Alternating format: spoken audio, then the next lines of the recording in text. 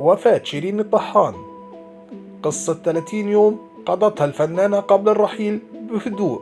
شيرين الطحان الفنانة والإعلامية رحلت في هدوء يشابه شخصيتها الهادئة دوما، حيث كانت واحدة من الفنانات اللاتي لا تسمع عنهن سوى كل خير. تعمل في هدوء، تأخذ خطوات ثابتة، حتى عندما أصيبت بالسرطان فضلت الكتمان عن الإعلان عن مرضها.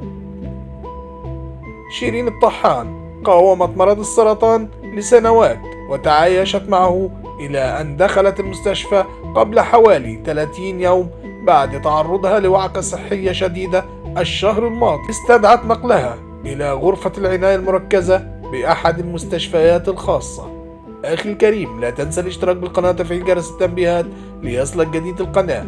دمتم في رعاية الله وأمنه.